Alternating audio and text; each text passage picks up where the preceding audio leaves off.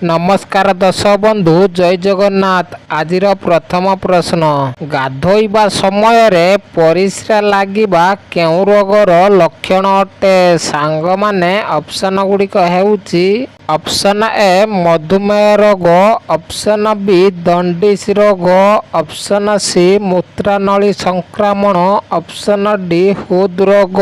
सांग माने प्रतिटी प्रश्न पाई 5 सेकेंड समय रही। आपण माने जदि यार उत्तर जना अछि आगरू कमेंट बॉक्स रे कमेंट करंतु। आम भिडियो टिकु जदि प्रथम थर देखुचंती लाइक न करिथिले लाइक करी चैनल को सब्सक्राइब करि दियंतु। समयटी आरंभ हेउछि एबेठारु।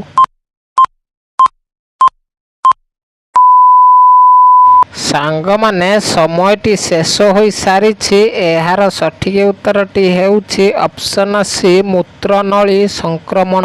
गाधोइबा समय रे परिस्रा लागिबा मूत्रनली संक्रमण रोगर लक्षण अटे। सांग माने चालंतु देखिबा आजिर परवर्ती प्रश्न, केउ देशर झियो मानंकु विवाह करिबा द्वारा सरकारी चाकरी मिली थाए? सांग माने ऑप्शन गुड़िक हेउछि option A America, option B Japan, option C चीन, ऑप्शन डी आइसलैंड। सांग माने समयटी आरंभ हेउछि एबेठारु।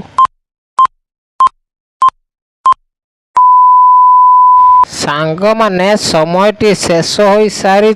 एहार सठिक उत्तरटी हेउछि ऑप्शन डी आइसलैंड। आइसलैंड देश रे झियो मानंकु विवाह करिबा द्वारा सरकारी चाकरी मिली थाए। सांग माने चालंतु देखिबा आजिर परवर्ती प्रश्न, बरकोली खाइबा द्वारा केउ रोग ठीक होई थाए? सांग माने ऑप्शन गुड़िक हेउछि ऑप्शन ए मधुमेह रोग, ऑप्शन बी कोष्ठकाठिन्य रोग, ऑप्शन सी हइजा रोग, ऑप्शन डी कर्कट रोग।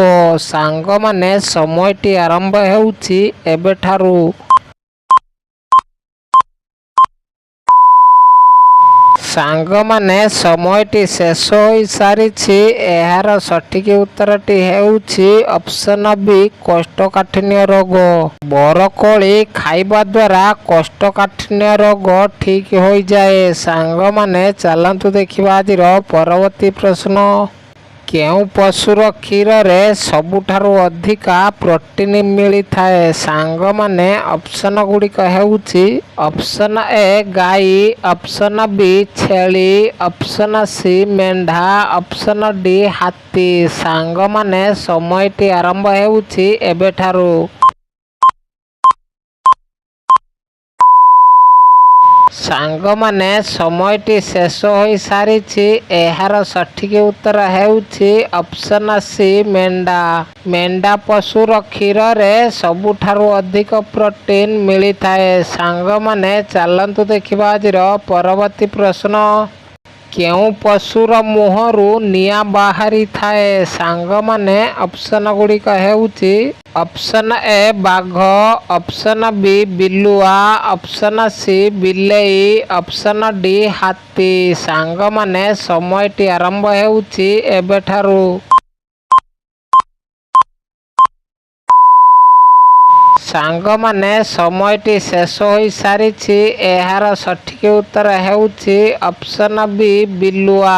बिलुआ पशुर मुहरु राति रे निया बाहरी थाए। सांग माने चालंतु देखिबा आजिर परवर्ती प्रश्न, जनसंख्या अनुसार ओडिशार सबुठारु बड़ जिल्लार नाम कौन अटे? सांग माने ऑप्शन गुड़िक हेउछि option A Baleshwar, option B Mayurbhanj, option C Ganjam, option D Khordha. सांग माने समयटी आरंभ हेउछि एबेठारु।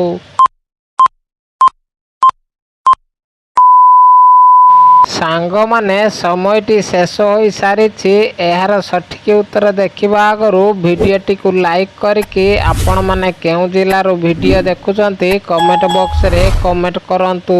ଏହାର ସଠିକ୍ ଉତ୍ତର ହେଉଛି ଅପସନ୍ ସି ଗଞ୍ଜାମ। ଜନସଂଖ୍ୟା ଅନୁସାରେ ଓଡ଼ିଶାର ସବୁଠାରୁ ବଡ଼ ଜିଲ୍ଲାର ନାମ ହେଲା ଗଞ୍ଜାମ ଜିଲ୍ଲା ଅଟେ। ସାଙ୍ଗମାନେ ଚାଲନ୍ତୁ ଦେଖିବା ଆଜିର ପରବର୍ତ୍ତୀ ପ୍ରଶ୍ନ। ପୃଥିବୀର ସବୁଠାରୁ ବଡ଼ ମେଳାର ନାମ କ'ଣ ଅଟେ? ସାଙ୍ଗମାନେ ଅପସନ୍ ଗୁଡ଼ିକ ହେଉଛି ଅପସନ୍ ଏ ଜନ୍ମାଷ୍ଟମୀ ମେଳା, ଅପସନ୍ ବି ଜଗଦ୍ଧାତ୍ରୀ ମେଳା, ଅପସନ୍ ସି ବାଲିଯାତ୍ରା ମେଳା, ଅପସନ୍ ଡି କୁମ୍ଭ ମେଳା। ସାଙ୍ଗମାନେ ସମୟଟି ଆରମ୍ଭ ହେଉଛି ଏବେଠାରୁ।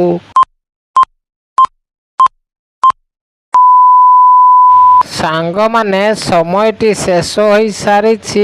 ଏହାର ସଠିକ୍ ଉତ୍ତର ହେଉଛି ଅପସନ୍ ଡି କୁମ୍ଭ ମେଳା। ପୃଥିବୀର ସବୁଠାରୁ ବଡ଼ ମେଳାର ନାମ ହେଲା କୁମ୍ଭ ମେଳା ଅଟେ। ସାଙ୍ଗମାନେ ଚାଲନ୍ତୁ ଦେଖିବା ଆଜିର ପରବର୍ତ୍ତୀ ପ୍ରଶ୍ନ। ଗର୍ଭବତୀ ମହିଳାମାନେ କେଉଁ ଫଳ ଖାଇଲେ ଗୋରା ଛୁଆ ଜନ୍ମ ହୋଇଥାଏ? ସାଙ୍ଗମାନେ ଅପସନ୍ ଗୁଡ଼ିକ ହେଉଛି ଅପସନ୍ ଏ କଦଳୀ, ଅପସନ୍ ବି ନଡ଼ିଆ, ଅପସନ୍ ସି ପଇଡ଼, ଅପସନ୍ ଡି ଡାଳିମ୍ବ।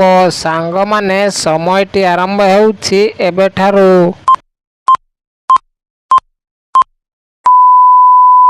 ସାଙ୍ଗମାନେ ସମୟଟି ସରିଯାଇଛି।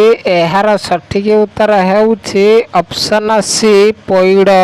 ଗର୍ଭବତୀ ମହିଳାମାନେ ପଇଡ଼ ପାଣି ପିଇବା ଦ୍ୱାରା ଗୋରା ଛୁଆ ଜନ୍ମ ହୋଇଥାଏ। ସାଙ୍ଗମାନେ ଚାଲନ୍ତୁ ଦେଖିବା ଆଜିର ପରବର୍ତ୍ତୀ ପ୍ରଶ୍ନ। ଭାରତର କେଉଁ ରାଜ୍ୟର ଲୋକମାନେ କୁକୁରର ମାଂସ ଖାଇଥାନ୍ତି? ସାଙ୍ଗମାନେ ଅପସନ୍ ଗୁଡ଼ିକ ହେଉଛି option A Nagaland, option B Kerala, option C Odisha, option D Gujarat. ସାଙ୍ଗମାନେ ସମୟଟି ଆରମ୍ଭ ହେଉଛି ଏବେଠାରୁ।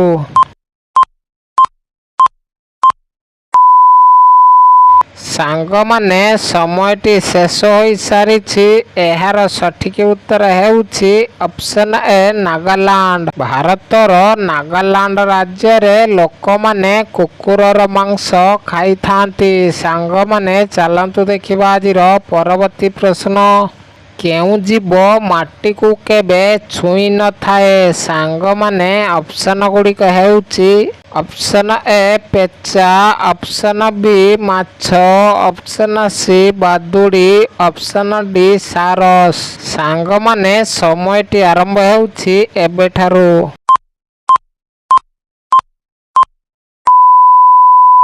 ସାଙ୍ଗମାନେ ସମୟଟି ଶେଷ ହୋଇସାରିଛି। ଏହି ପ୍ରଶ୍ନଟି ଆପଣମାନଙ୍କ ପାଇଁ। ଆପଣମାନେ ଏହାର ଉତ୍ତର କମେଣ୍ଟ ବକ୍ସରେ କମେଣ୍ଟ କରନ୍ତୁ। ଚାଲନ୍ତୁ ଦେଖିବା ଆଜିର ପରବର୍ତ୍ତୀ ପ୍ରଶ୍ନ। କ'ଣ ଖାଇଲେ ମଳକଣ୍ଟକ ରୋଗ ପୁରା ମୂଳରୁ ଠିକ୍ ହୋଇଯାଏ? ସାଙ୍ଗମାନେ ଅପସନ୍ ଗୁଡ଼ିକ ହେଉଛି option A ପଦ୍ମପତ୍ର, option B Misri, option C ଚିନି, ଅପସନ୍ ଡି ବେଲପତ୍ର। ସାଙ୍ଗମାନେ ସମୟଟି ଆରମ୍ଭ ହେଉଛି ଏବେଠାରୁ।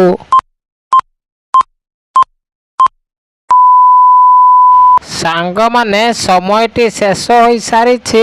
ଏହାର ସଠିକ୍ ଉତ୍ତର ଦେଖିବା ଆଗରୁ ଭିଡ଼ିଓଟିକୁ ଯଦି ଲାଇକ୍ କରିନାହାନ୍ତି ଲାଇକ୍ କରିଦିଅନ୍ତୁ। ଆମ ଚ୍ୟାନେଲରେ ନୂଆ ଥିଲେ ଚ୍ୟାନେଲକୁ ସବସ୍କ୍ରାଇବ୍ କରି ପାଖରେ ଆସୁଥିବା ବେଲ୍ ଆଇକନ୍କୁ ପ୍ରେସ୍ କରିଦିଅନ୍ତୁ। ଏହାର ସଠିକ୍ ଉତ୍ତର ହେଉଛି option A ପଦ୍ମପତ୍ର, option B Misri, option C ଚିନି। ଏହି ତିନୋଟି ଯାକ ମିଶାଇ ଖାଇଲେ ମଳକଣ୍ଟକ ରୋଗ ପୁରା ମୂଳରୁ ଠିକ୍ ହୋଇଯାଏ।